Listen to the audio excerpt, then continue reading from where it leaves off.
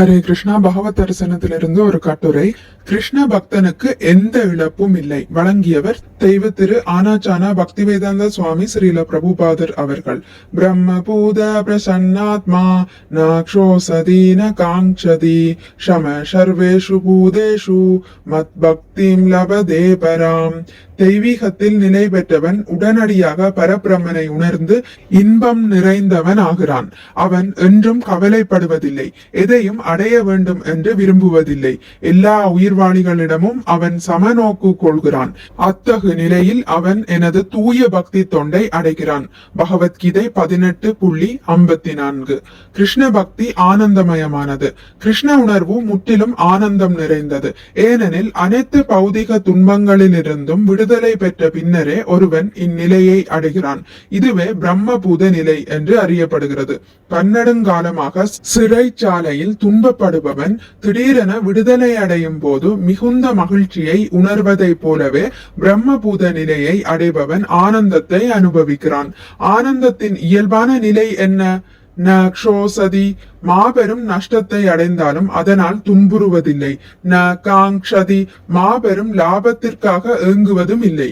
மேலும் அத்தகு நிலையில் ஒருவன் அனைத்து உயிர்வாளிகளையும் ஆன்மீக நிலையில் சமமாக காண்கிறான். பகவத்கீதையின் மற்றொரு இடத்தில் பண்டித சமதர்ஷின, கற்றறிந்தவன் அனைவரையும் ஆன்மீக நிலையில் சமமாக காண்கிறான் என்று கூறப்பட்டுள்ளது. உண்மையில் இந்நிலையிலிருந்தே கிருஷ்ண உணர்வு ஆரம்பமாகிறது. ஆகவே கிருஷ்ண உணர்வு என்பது முக்தி பெற்ற நிலையில் உள்ள உயிர்வாளிக்கான செயல்பாடாகும்.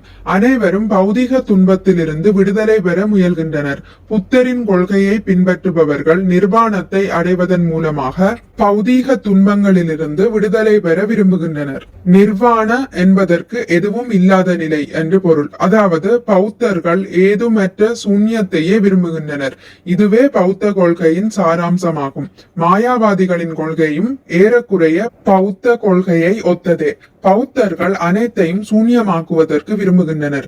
மாயாவாதிகள் பிரம்மத்தை மட்டும் வைத்துக் கொண்டு பௌதீக பன்முகத்தன்மையை சூன்யமாக்குகின்றனர். அதுவே அவர்கள் செய்யும் தவறு. உயிர் இருக்கும் இடத்தில் பன்முகத்தன்மை இருக்கவே செய்யும். பன்முகத்தன்மையற்ற உயிர் சாத்தியமற்றதாகும். இதுவே மாயாவாத கொள்கையின் குறைபாடாகும். இவர்களின் நிலையினை வியாதியினால் அவதியுறும் நோயாளியின் நிலையுடன் ஒப்பிடலாம்.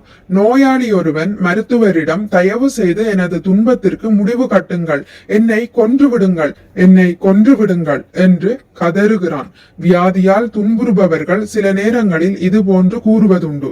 மருத்துவரோ உங்களை கொல்ல வேண்டிய அவசியமில்லை, உங்களுக்கு நல்ல ஆரோக்கியமான வாழ்வை தருகிறேன் என்று கூறுகிறார். ஆனால் பொறுமை இழந்த நோயாளியோ இல்லை இல்லை, என்னால் வலியை தாங்க முடியவில்லை, தயவு செய்து என்னை கொண்டு விடுங்கள் என்று கூறுகிறான். மாயாவாதிகளும் பௌத்தர்களும் அத்தகு நோயாளியை போன்றவர்களே.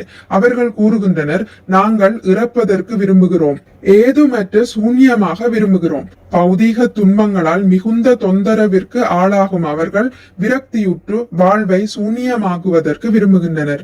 கிருஷ்ண உணர்வென்பது அது போன்றதல்ல. கிருஷ்ண உணர்வு உங்களை உண்மையான வாழ்விற்கு அழைத்துச் செல்கிறது. எளிமையானது மற்றும் கடினமானது. கிருஷ்ண பக்தி சில நேரங்களில் புரிந்து கொள்வதற்கு கடினமானதாகும். ஏன்? ஸ்ரீமத் பாகவதத்தில் கூறப்பட்டுள்ளது, மதிர்ன கிருஷ்ணே பரதஸ்வதோவா மிதோ அபிப்யேத கிருஹ்விருதானாம்.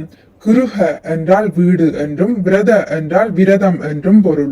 குடும்பத்தை பராமரிப்பதில் மட்டுமே மும்முரமாக இருப்பவனால் கிருஷ்ண உணர்வின் தத்துவத்தை புரிந்து கொள்ள இயலாது. நல்ல மனைவி, வீடு, வங்கி இருப்பு முதலியவற்றை அடைவதிலேயே மக்கள் எப்போதும் ஆர்வமாக உள்ளனர். மனிதன் தனது உடலை பராமரிப்பதில் ஆர்வமாக இருக்கிறான். குருஹ என்பதற்கு வசிப்பிடம் என்றும் பொருள். நான் ஓர் ஆத்மா, இந்த உடல் எனது முதல் வசிப்பிடமாக உள்ளது. எனவே இந்த உடலையும் குருஹ என்று கூறலாம். நான் ஒரு வீட்டில் வசிக்கலாம், அதற்காக நானே அந்த வீடு அல்ல. வீடு வேறு, நான் வேறு. அதுபோலவே நான் இந்த உடலில் வசிக்கிறேன், நான் இந்த உடல் அல்ல.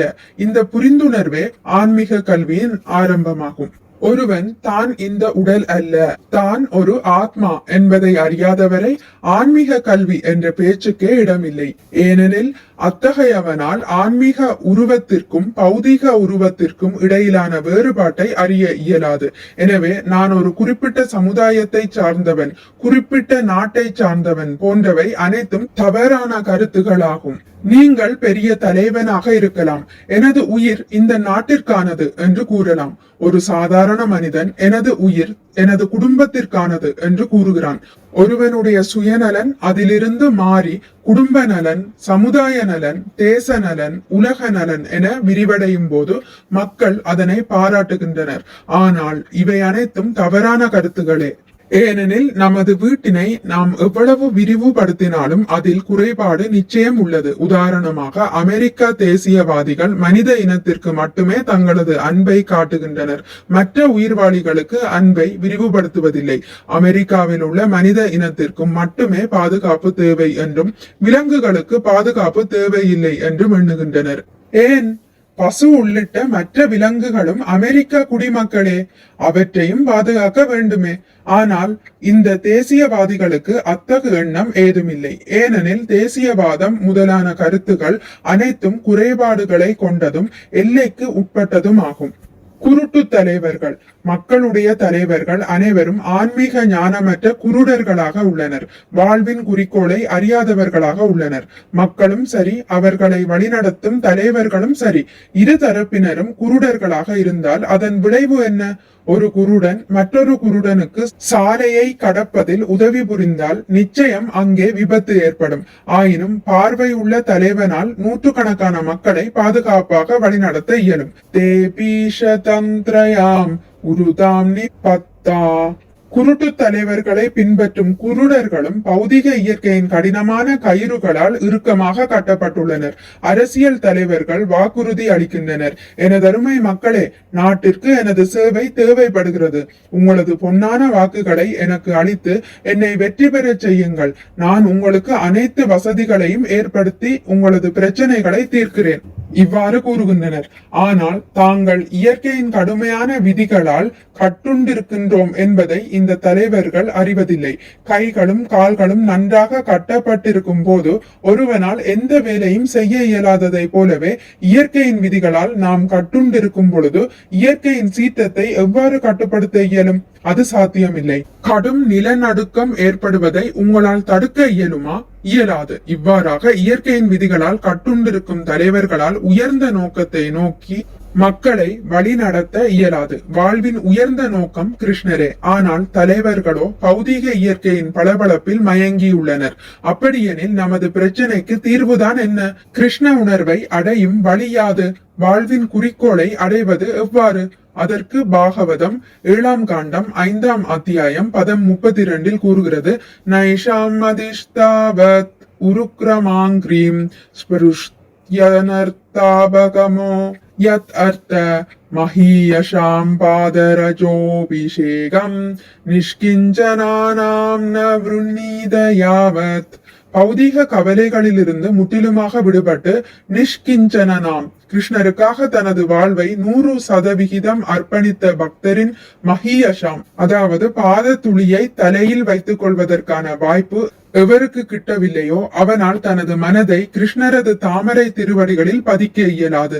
அத்தகு உயர்ந்த பக்தரின் கருணையால் கிருஷ்ண உணர்வை அடைய முடியுமே தவிர வேறு எந்த முறையினாலும் அல்ல. ஒருவன் அங்கீகரிக்கப்பட்ட ஆன்மீக குருவை அணுக வேண்டும். அவரது கருணையினால் கிருஷ்ண உணர்வை பெற முடியும். அவ்வாறு கிருஷ்ண உணர்வில் நுழைந்தவுடன் ஒருவன் ஆன்மீக திருப்தியை அடைகிறான். பௌதீக நிலையிலிருந்து விடுதலை பெற தொடங்குகிறான். பிறகு மேன்மேலும் முன்னேறி உயர்ந்த வாழ்வை அடைகிறான். பாவ வாழ்விலிருந்து விடுதலை. கிருஷ்ண உணர்வின் முதல் நன்மை என்னவெனில், கிருஷ்ணருடன் தொடர்பு கொண்டவுடன் அனைத்து வித பௌதிக செயல்களையும் ஒருவன் கைவிடுகிறான். உதாரணமாக எனது சீடர்களை எடுத்துக் கொள்ளுங்கள்.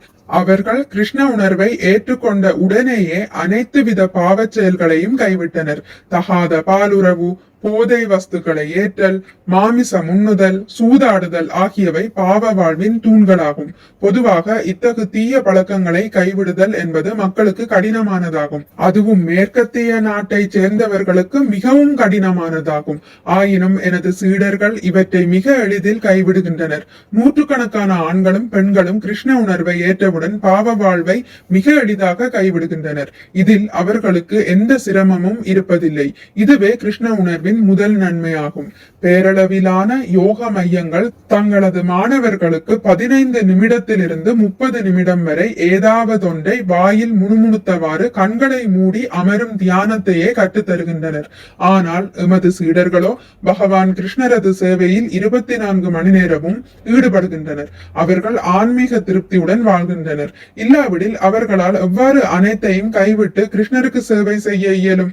பக்தருக்கு எவ்வித இழப்பும் இல்லை. கிருஷ்ண உணர்வை மனவெளிச்சியினால் ஏற்று வழிமுறையை முழுவதுமாக பின்பற்றாமல் பாதியிலேயே கைவிட்டு செல்பவரின் நிலை என்ன என்று ஒருவர் வினவலாம். அதற்கான விடையும் ஸ்ரீமத் பாகவதத்தில் 1ஆம் காண்டம் 5ஆம் அத்தியாயம் பதம் 17 வழங்கப்பட்டுள்ளது. தியக்வா ஸ்வதர்மம் சரணாம்புஜம் ஹரேர் பஜன் அபக்வோத பதே ததோயதி யத்ர க்வவா பாத்ரம் அபூத் அமுஷ்ய கிம் கோவார்த்த ஆப்தோ பஜதாம் ஸ்வதர்மத. ஸ்வதர்ம எனும் வார்த்தைக்கு விதிக்கப்பட்ட கடமை என்று பொருள். விதிக்கப்பட்ட கடமை என்பது அனைவருக்கும் இருக்கின்றது. சிலர் அக்கடமையை கைவிட்டு கிருஷ்ண உணர்வை ஏற்கலாம். எமது சீடர்கள் அனைவரும் பல்வேறு கடமைகளில் ஈடுபட்டிருந்தனர். ஆயினும் திடீரென்று அனைத்தையும் கைவிட்டு அவர்கள் கிருஷ்ண பக்தி இயக்கத்தில் இணைந்தனர். இதுபோன்று யார் வேண்டுமானாலும் செய்யலாம்.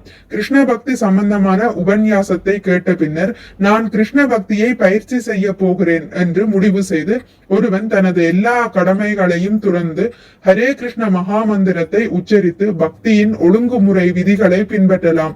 ஆயினும் சில காலம் கழித்து ஏதாவது ஒரு காரணத்தினாலோ துரதிருஷ்டவசத்தாலோ அவனால் கிருஷ்ண பக்தியை தொடர இயலாமல் போகலாம். இவ்வாறு பக்குவமின்மையின் காரணமாக ஒருவர் கிருஷ்ண உணர்வை கைவிட்டாலும் அவருக்கு எந்த நஷ்டமும் இல்லை. ஏனெனில் அடுத்த பிறவியில் பக்தியை தொடர்வதற்கான வாய்ப்பு அவருக்கு வழங்கப்படும். அதே சமயத்தில் கோவார்த்த ஆப்தோ பஜதாம் ஸ்வதர்மத. கிருஷ்ண உணர்வில் ஈடுபடாதவன் தனக்கு விதிக்கப்பட்ட கடமைகள் எல்லாவற்றையும் முறையாக செய்தாலும் அதனால் என்ன லாபம்? வாழ்வின் குறிக்கோளை அறியாததால் அவன் ஏமாளியே ஆவான். கிருஷ்ண உணர்வை சில காலம் பயிற்சி செய்து பின்னர் கைவிட்டவனும் கூட அடுத்த பிறவியில் கைவிட்ட இடத்திலிருந்து மீண்டும் பயிற்சியை தொடங்குகிறான். ஆகவே இதில் அவனுக்கு எந்த இழப்பும் இல்லை. அவன் செய்த சிறு பக்தியும் அவனை மிகப்பெரிய ஆபத்திலிருந்து காப்பதோடு மட்டுமின்றி அவன் நிச்சயம் இறைவனின் திருநாட்டையும் சென்றடைவான். ஆகவே கிருஷ்ண பக்தியை மேற்கொள்ளுங்கள். முடிந்தவரை கிருஷ்ண உணர்வை மற்றவருக்கு பிரச்சாரம் செய்யுங்கள். இவ்வாறு செய்யும் போது உங்களது இலக்கு தவறாமல் அடையப்படுகிறது. உங்களது சேவை என்றும் வீண் போகாது. கிருஷ்ணர் உங்கள் சேவைக்கு பன்மடங்கு பிரதிபலனை வழங்குவார். பக்தர்கள் பகவான் கிருஷ்ணரது சேவையில் 24 மணி நேரமும் ஈடுபட்டு ஆன்மீக திருப்தியுடன் வாழ்கின்றனர். நாமும் பக்தர்களை போல கிருஷ்ண சேவையில் ஈடுபட்டு பக்த சங்கத்திலும் கலந்து கொண்டு ஆன்மீக திருப்தியுடன் வாழ்வோமாக. மிக்க நன்றி. ஹரே கிருஷ்ணா. உங்களுக்கு இந்த வீடியோ பிடித்திருந்தால் லைக் பண்ணுங்கள், ஷேர் பண்ணுங்கள், சப்ஸ்கிரைப் பண்ணுங்கள். நோட்டிபிகேஷன் பெல்லை அழுத்துவதன் மூலம் அடுத்த பதிவுகள் உங்களை வந்தடையும். பகவான் ஸ்ரீ கிருஷ்ணரை பற்றி கேட்டு மகிழ்வோம். ஹரே கிருஷ்ணா.